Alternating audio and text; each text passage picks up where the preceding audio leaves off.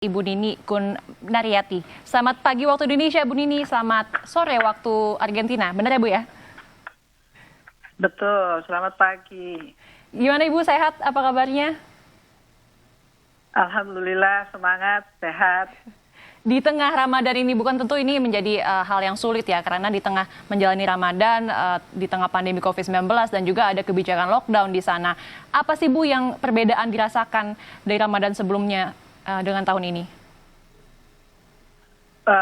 Tentu saja banyak sekali perbedaannya ya, karena pemerintah Argentina sejak memberlakukan darurat kesehatan dan karantina total, itu semua public area yang tempat berkumpulnya massa tidak boleh beroperasi, termasuk dalam hal ini masjid. Jadi dengan sendirinya ketika Ramadan kita tidak bisa beraktivitas apapun di masjid. Misalnya buka puasa, sholat Jumat, sahur bersama. Tahun lalu ada sampai sahur bersama.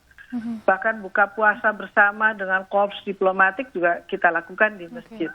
Sekarang tidak bisa lagi. Nah, itu perbedaannya ya, yang menurut saya membuat kita harus lebih menahan diri, tetapi juga harus lebih kreatif. Karena apa? Kita sekarang punya kemajuan teknologi, jadi kita ganti misalnya dengan melakukan pertemuan dengan masyarakat, melakukan kajian agama, tadarusan itu dengan virtual. Ya, itu yang kita lakukan sekarang. Perbedaannya cukup banyak ya. Tetapi di lain pihak, kalau kita tahu Argentina itu adalah warga yang sangat ekspresif dalam budaya, dalam berkehidupan. Nah, ketika pandemi, toko-toko tutup, restoran juga tutup, tidak boleh dine-in, sehingga godaan sangat sedikit, Mbak, selama Ramadan. Itulah seninya juga ya. Itu berarti kalau misalnya tadi Bu sebutkan juga tempat ibadah seperti masjid juga tidak buka, berarti ini juga termasuk untuk sholat Id besok ya Bu ya? Tidak bisa sholat Id di masjid? Betul. Tidak bisa sholat Id di masjid ya.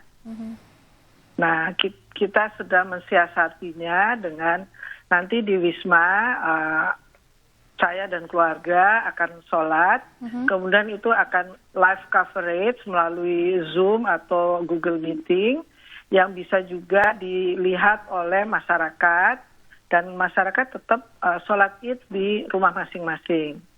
Tetapi nanti ketika khotbah Id, itu bisa didengarkan oleh seluruh masyarakat, terutama yang Muslim.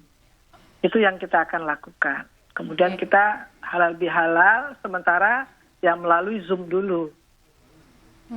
Bagaimana Ibu cara menghimbau warga negara Indonesia di sana agar tetap bisa menjaga kesehatan dan juga tetap aman begitu kita ketika beribadah dan juga berkegiatan sehari-hari di tengah pandemi COVID-19 ini?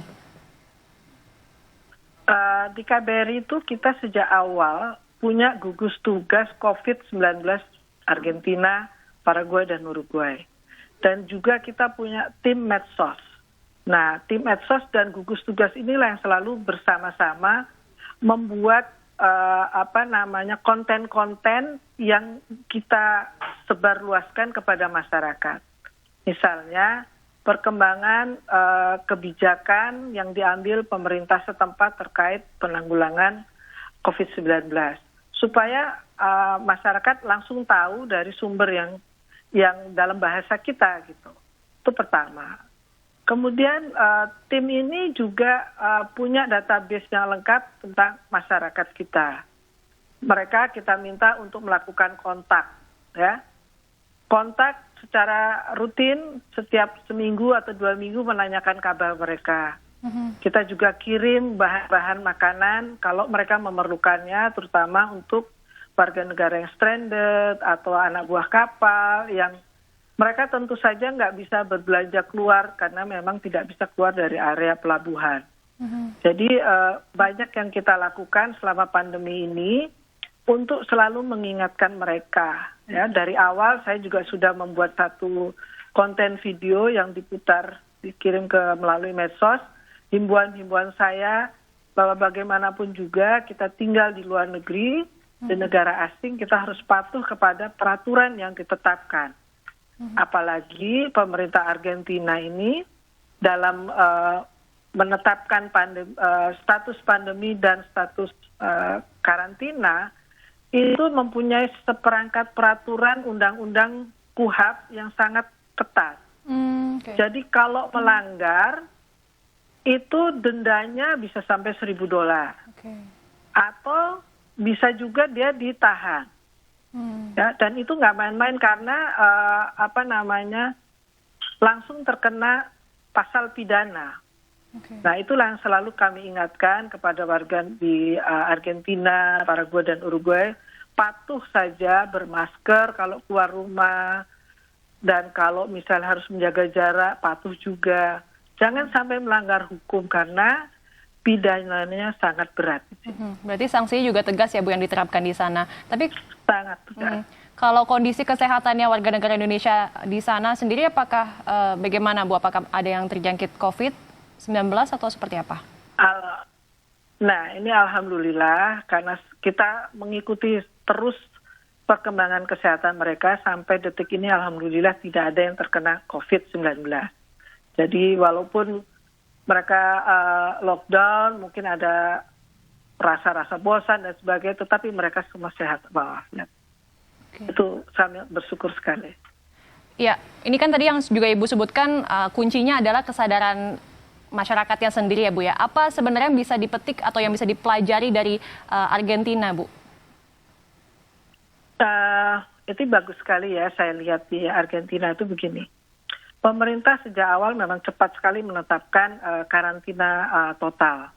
Tetapi walaupun pemerintah menetapkan karantina total dan ada aturan mempidanakan yang melanggar, tetapi masyarakatnya di sini tidak harus menunggu perintah. Misalnya, pada fase ketika sudah boleh dilonggarkan, fase ketiga itu adalah beberapa sektor ekonomi sudah boleh beroperasi, misalnya bengkel, ya, farmasi, konstruksi, toko-toko itu juga boleh buka kecuali mall, ya. Nah, mereka itu langsung menetapkan sendiri aturan-aturan social distancing-nya. Misalnya menaruh orang yang berjaga di depan pintu untuk mengatur berapa jumlah orang yang boleh masuk. Nggak boleh berjubel di dalam. Ya. Kemudian di dalam dibuat semacam ketika antri di kasir itu jaraknya itu juga diperhatikan, ada tanda-tandanya. Itu mereka buat sendiri.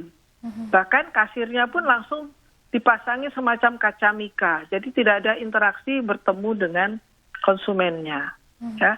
Itu salah satu mungkin yang menurut saya bisa kita contoh dari Argentina. Jadi masyarakatnya walaupun boleh berusaha, tapi mereka mengatur dirinya sendiri supaya patuh kepada protokol kesehatan. Ya, misalnya yang lain lagi kemarin, ketika Buenos Aires membolehkan anak-anak untuk bermain di luar ketika weekend selama 1 jam, itu harus didampingi oleh orang tua, salah satu orang tuanya, dan bergantian. Jadi orang tuanya itu kalau misalnya KTP-nya nomornya ganjil, pas hari itu hari ganjil, tanggal ganjil, ya mereka boleh keluar. Tapi kalau ganjil genap nggak bisa. Nah, ini mungkin pengaturan-pengaturan yang seperti ini bisa juga kita terapkan, ya, supaya anak-anak itu ya kalau sudah terlalu lama di dalam tentu perlu udara segar, ya, tetapi tidak langsung berjubel, dan mereka tempat bermain yang menggunakan peralatan misalnya ayunan, jungkat-jungkit itu tidak dibuka, tetap ditutup. Mereka hanya boleh bersepeda, bawa sepeda sendiri atau main skateboard, ya, atau jalan kaki, lari boleh. Tetapi publik yang mengumpulkan orang menjadi satu, tempat bermain alat dengan alat tidak boleh digunakan. Tetap ditutup. Oke, semoga hal-hal ini juga bisa menjadi contoh yang baik, dan juga tadi kuncinya yang bisa dipetik adalah kesadaran masyarakatnya sendiri untuk patuh terhadap peraturan yang sudah ditetapkan. Terima kasih banyak ya, Ibu. Sektor bisnisnya. Iya, terima kasih banyak Ibu Nini Kunariati, Duta Besar Indonesia untuk Argentina. Sehat selalu Ibu, terima kasih banyak. Sama-sama. Saudara, jelang Idul Fitri di Amerika Serikat di tengah